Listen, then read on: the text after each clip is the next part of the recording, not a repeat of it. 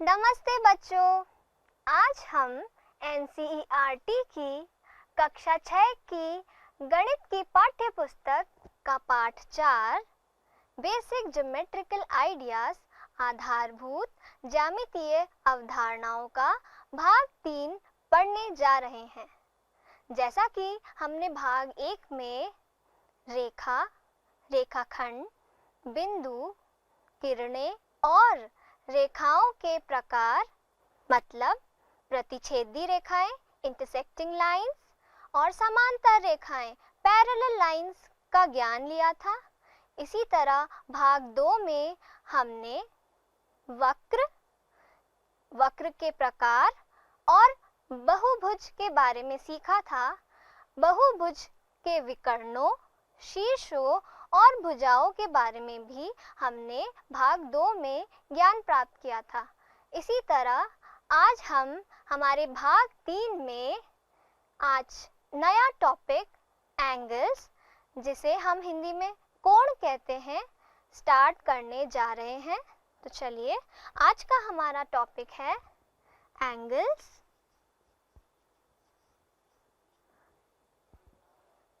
Angle का मतलब होता है कोण। अब हम देखते हैं कि एक एंगल किस तरह से बनता है। जैसा कि आप यहाँ देख सकते हैं, ये एक कंपास है। इस प्रकार के कंपास को हिंदी में प्रकार कहते हैं। इस प्रकार में यहाँ पे आपको 3 कोने नजर आ रहे हैं। मान लेते हैं ये कोना है O, ये वाला कोना मान लेते हैं P और इस कोने को हम मान लेते हैं Q। अब जब हम इस प्रकार को, इसकी जो दोनों किनारे हैं को इस तरह से खोलेंगे तो आप देखेंगे कि इस तरह का एक भाग बनता है। तो जहाँ कोने होते हैं, कॉर्नर्स होते हैं, वहाँ पर एंगल भी बनता है, कोण भी बनता है। अब इसी तरह हम इस कोण को दर्शाते हैं। हमने क्या लिया? एक कंपास जिसकी 2 भुजाएं थी। पहली भुजा इस तरह से और दूसरी भुजा कुछ इस तरह से खुली हुई।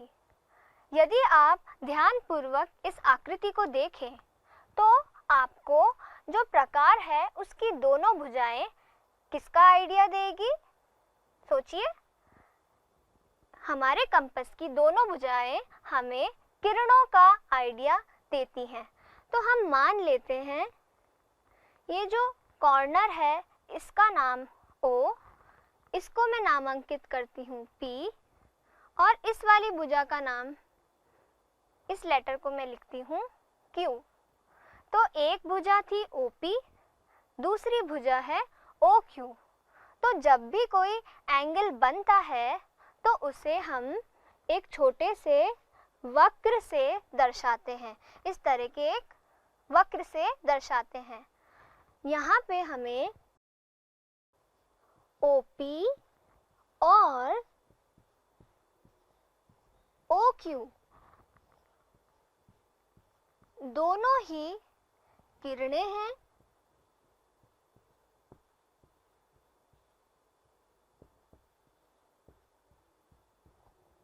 और जैसा कि हमने भाग 2 में बहुभुज में सीखा था कि जहाँ पर कोई भी 2 भुजाएं मिलती है उस पॉइंट को हम शीर्ष, वर्टेक्स कहते हैं। तो यहाँ पॉइंट O, बिंदु O हमारा शीर्ष है, जिसे हम इंग्लिश में वर्टेक्स कहते हैं, और किरणों को हम रेस कहते हैं। अब हम देखेंगे कि जहाँ ये दोनों किरणें मिल रही है उस शीर्ष को हम प्रारंभिक बिंदु या फिर उभयनिष्ठ अंत बिंदु कहते हैं। उभयनिष्ठ अंत बिंदु मतलब कॉमन एंड पॉइंट। तो यहाँ पे जो O है वो हमारा कॉमन एंड पॉइंट है, उभयनिष्ठ अंत बिंदु है, जो हमें किसी भी कोण को लिखने में मदद करता है। इसलिए यहाँ पे जो एंगल बन रहा है उसको हम किस तरह व्यक्त कर सकते हैं? या तो हम उसे एंगल O लिखें, या फिर एक और तरीका है इसी कोण को व्यक्त करने का। यदि हम और विशिष्टता देखें तो हम इन दोनों भुजाओं को भी यूज में ले सकते हैं। किस तरह? जब भी हमें किसी भी एंगल को नामांकित करना होता है या उसे व्यक्त करके लिखना होता है तो हम उसे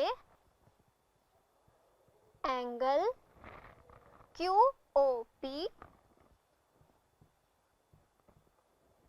या फिर एंगल POQ लिखते हैं। तो जो ध्यान देने वाली बात है वो ये है कि जब भी हम एक कोण लिखेंगे तो बीच में उस कोण का शीर्ष और साइड में उसकी दोनों भुजाओं के अंत बिंदु लिखेंगे।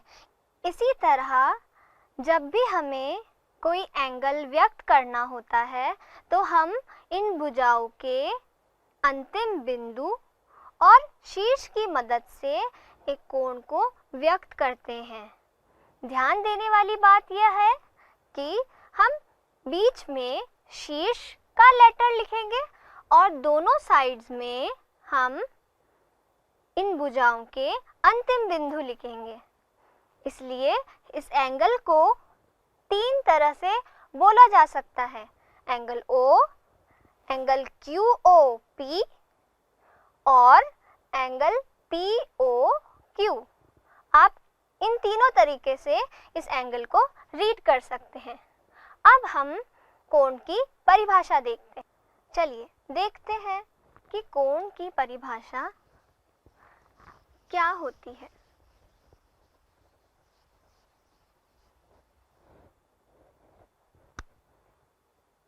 कोण,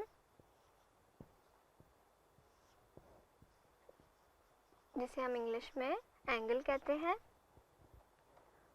उभयनिष्ठ अंत बिंदुओं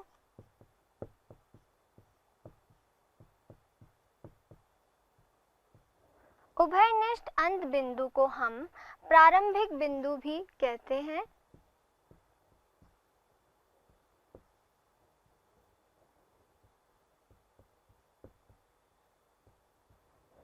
उभयनिष्ठ अंत बिंदु या प्रारंभिक बिंदु वाली दो किरणों से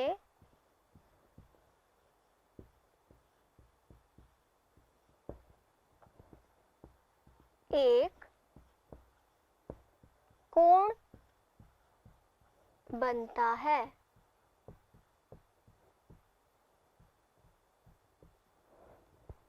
यानी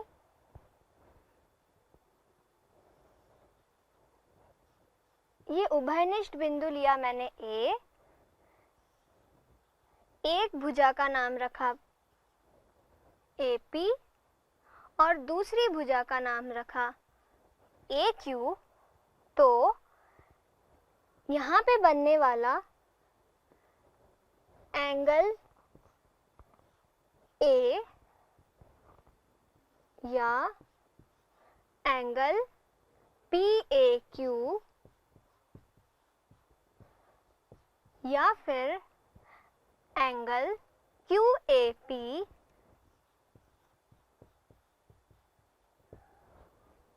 इन तीनों को हम कोण के रूप में व्यक्त कर सकते हैं।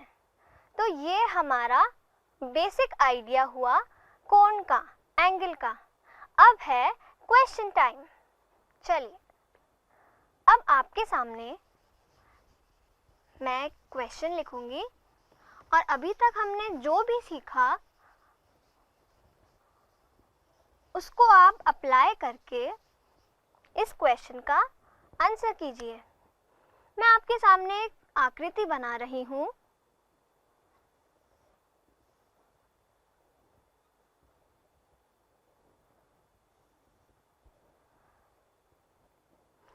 इसका जो प्रारंभिक बिंदु है इसको मानते हैं पॉइंट ए, इस वाले पॉइंट को मैं मानती हूँ पॉइंट पी,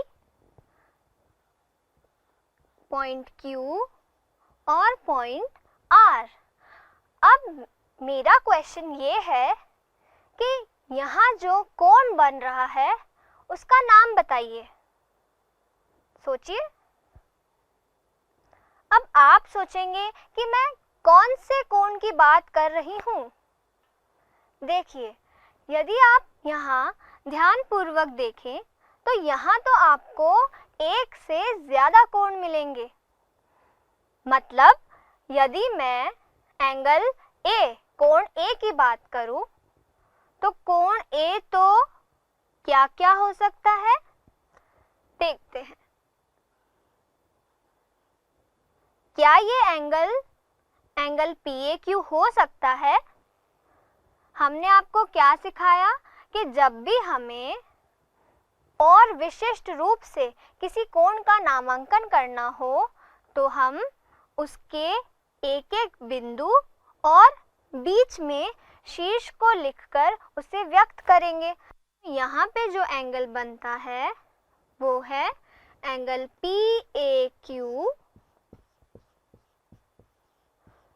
एंगल ए पे और कौन सा एंगल बन रहा है? Angle RAQ।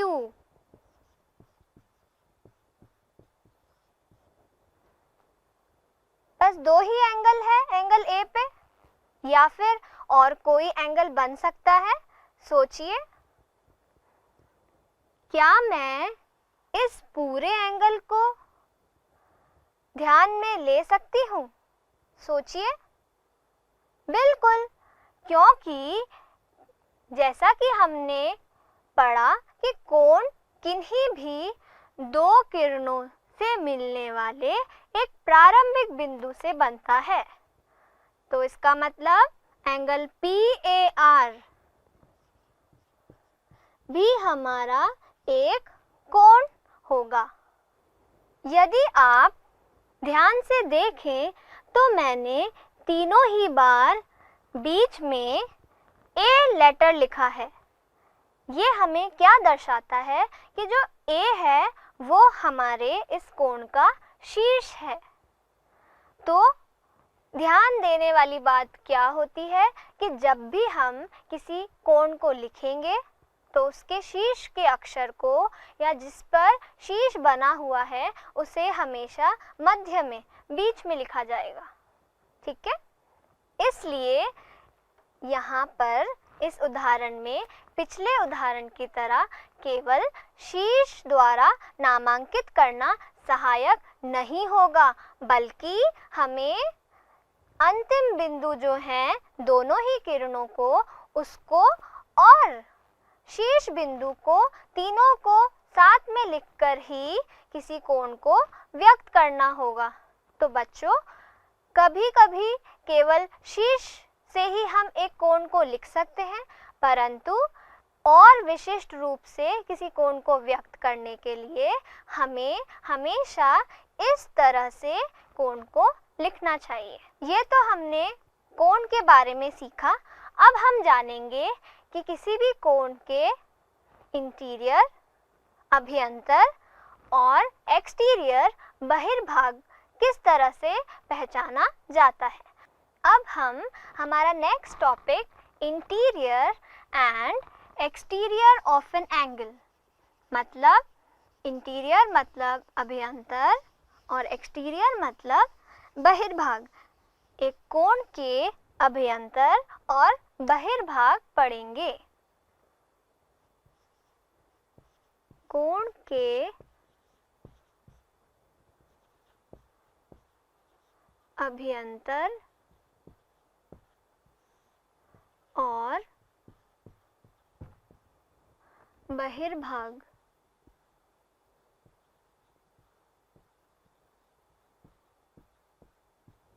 जिसे हम इंग्लिश में interior and exterior of an angle कहते हैं। मानते हैं कि ये एक एंगल है, इसका नाम है, आप बताएं इसका नाम क्या है बच्चों? Angle BAC। अब जब हम यह जानना चाहते हैं कि इस एंगल का अभियंतर इंटीरियर क्या होगा, इसके लिए हमें एक टेक्निक से काम करना होगा। सबसे पहले हम साइड AB, ये जो AB भुजा है, इसके नीचे का भाग छायांकित करेंगे इस तरह।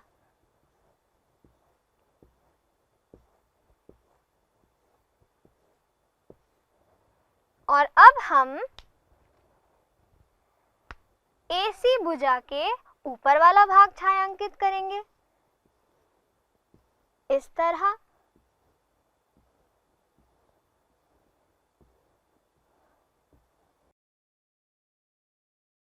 अब यदि आप इस आकृति को ध्यानपूर्वक देखें तो यहाँ पर आपको एक ऐसा भाग नजर आएगा जो कि दोनों ही बार कॉमन हुआ है। कॉमन मतलब उभयनिष्ठ। तो जो हमारा उभयनिष्ठ भाग होगा, ये उभयनिष्ठ भाग हम बचा कर रखेंगे और बाकी सबको इस तरह से मिटा देंगे।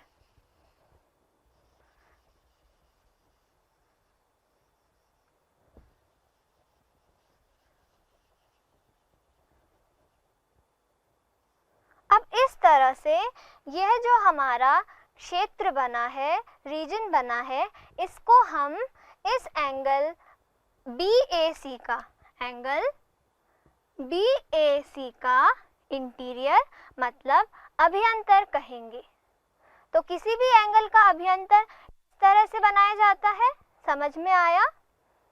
अब हम देखते हैं कि यदि हमें किसी क्वेश्चन में पूछा जाए कि कौन सा बिंदु किसी आकृति के अभियंतर में है या बहिर्भाग में है, तो वो हम किस तरह बताएंगे।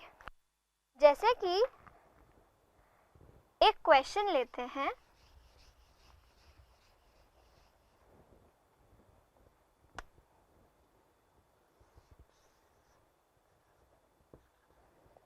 यहाँ पर ये पॉइंट है P, ये पॉइंट है O, यह पॉइंट है Q। एक पॉइंट मैंने यहाँ बनाया, दूसरा पॉइंट मैंने यहाँ बनाया और एक और पॉइंट बनाया यहाँ। यहाँ जो हमारा कोण है, इसका नाम बताइए। चलिए, इस कोण का नाम या तो एंगल O होगा यदि केवल शीर्षों का प्रयोग करके लिखा जाए, और यदि हम विशिष्ट रूप से इस एंगल को व्यक्त करें तो इस एंगल का नाम होगा एंगल POQ। क्वेश्चन ये है कि आप मुझे ये बताएं कि कौन सा बिंदु इस एंगल के अभियंतर में है, इंटीरियर में है, और कौन सा बिंदु इस एंगल के बहिर्भाग में है, एक्सटीरियर में है। देखिए, जैसा कि हमने देखा था कि जो कॉमन रीजन होता है, जो कॉमन पोर्शन होता है, उसे हम इंटीरियर कहते हैं। तो बच्चों, पॉइंट E और पॉइंट C कोण POQ के अभियंतर में है,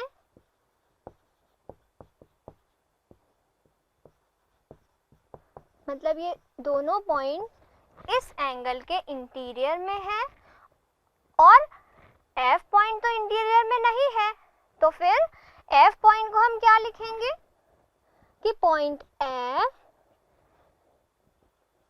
कोण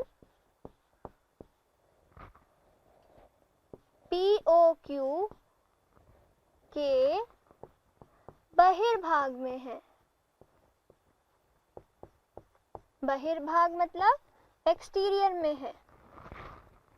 अच्छा चलो अब एक नोट देखते हैं कि किसी भी एंगल का जो इंटीरियर होता है, क्या वो इंटीरियर सीमित होता है?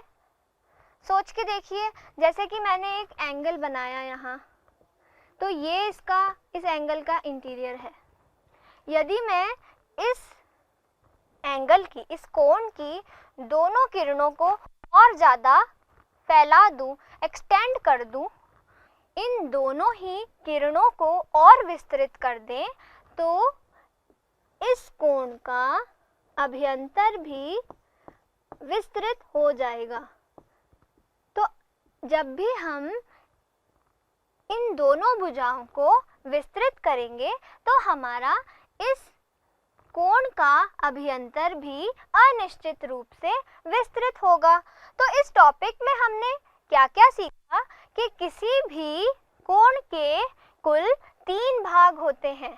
इनमें से मैंने आपको 2 भाग तो बता दिए। कौन से? अभ्यंतर, इंटीरियर बाहर वाला, एक्सटीरियर और बहिर्भाग, और एक और उस कोण के ऊपर। तो जैसे मैंने माना यहाँ पर पॉइंट S, तो मैं यहाँ एक और पॉइंट जोड़ सकती हूँ कि पॉइंट S जो है वह कोण POQ पर है। तो इसी तरह किसी भी कोण के 3 भाग होते हैं। पहला इंटीरियर, जिसे हम बोलते हैं किसी कोण के अभ्यंतर। दूसरा होता है एक्सटीरियर, मतलब कोण के बहिर्भाग में। और तीसरा पॉइंट कोण के ऊपर लाई करता है, उसे हम बोलते हैं कोण पर। तो आज के पाठ में हमने कोण की विस्तृत जानकारी ली। अब हम अगले भाग में मिलेंगे। तब तक के लिए टाटा बाय बाय।